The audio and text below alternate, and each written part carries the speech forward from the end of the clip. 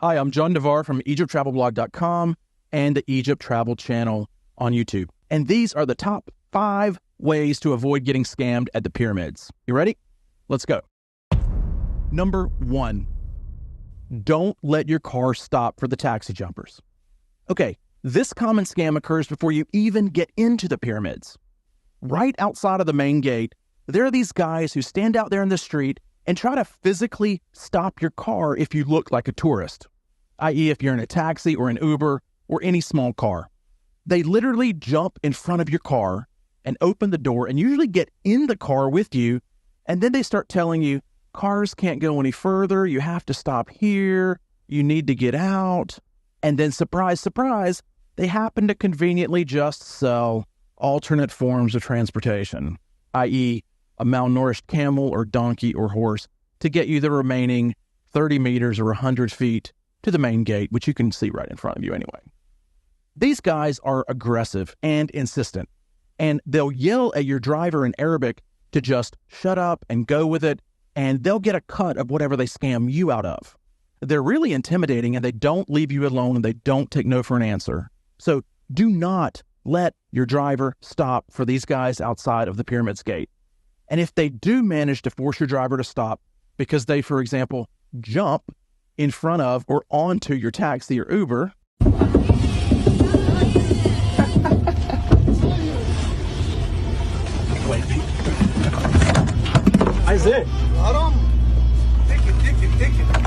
that's why they're called the taxi jumpers. Do not feel like you need to be nice and polite, and don't try to reason with them. They are all 100% dishonest scammers, and you should yell at them or curse them out or push them out of your taxi or whatever you have to do. They deserve it.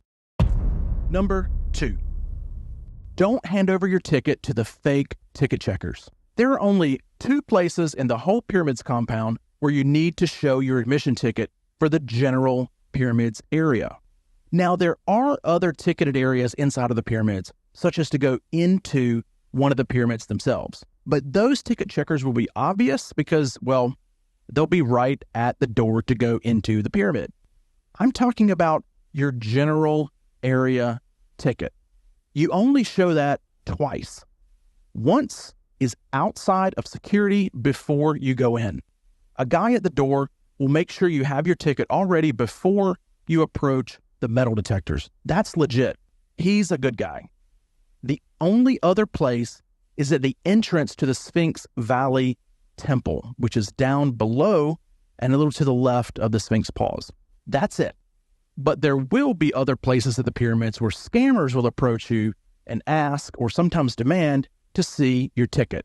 They'll usually try to show you some kind of ID that's official looking on a lanyard hanging around their neck, and they'll say they work there, followed aggressively by, ticket, show me your ticket.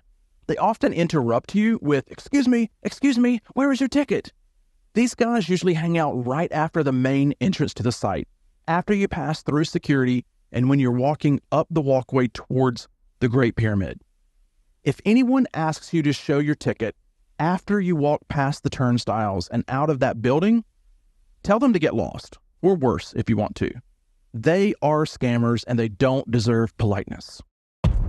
Number 3, don't let anyone give you anything at the pyramids and call it a free gift. Surprise, it's not. It's the same common scam tactic that you see in large cities all over Europe. Someone comes up to you, they offer you a gift like a bracelet, a trinket, or anything. They either put it on you if it's wearable, or they force it into your hand and pull away if it's not. Then once you have it, they demand money and refuse to take back the object, and they harass you until you pay up. This is a global scam in tourist areas everywhere, and at the pyramids, it usually involves little statues or bookmarks or scarabs or scarves. Do not take the bait, and if they force it on you, throw it on the ground. Again, these scammers are ruining the real image of Egypt and Egyptians, who are very, very nice people. These scammers are not those. And they're not poor either, by the way. Scammers gonna scam, and they rake in tons, victimizing others and making Egypt look bad when tourists let them get away with it. Number 4. This is a variation of number 3, but it's a unique enough variation that it's worth mentioning separately. Don't let anyone stop you and start putting on a freaking Lawrence of Arabia scarf on your head. They know you'll think it's cute and you'll want to take pictures with it on as if it's some classic Egyptian look. Spoiler alert, it's not. It's not even Egyptian. It's Saudi or Khaliji, which is the Gulf. Now you still might think, yeah, but I don't mind that scam because it's cute, or I feel like a real Arab person in the desert. Well, even if you're that gullible, here's another reason not to let them do it. That bright white scarf tied around your head now and flowing in the desert breeze makes you really visible from far away across the Giza Plateau. And what does that make you? Yep, you guessed it, a target. Now, all the other scammers out there can see you from anywhere that you are as a gullible tourist and easy prey. And they'll start to make a beeline for you from here, there, yonder, and beyond. Some might call this tourist Darwinism, but I'm trying to help you out here, so heed my advice, okay?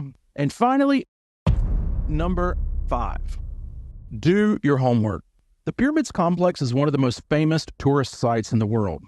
It's the #1 site in Egypt and the #1 place that scammers know that easy prey gullible tourists will be. Don't get caught there unprepared. It's not hard to avoid the scams and the scammers if you know what to look for and what to look out for. So check out EgyptTravelBlog.com for more trustworthy advice on travel to and around Egypt, and be sure to subscribe to the Egypt Travel channel on YouTube for more of everything about Egypt. Ma salama.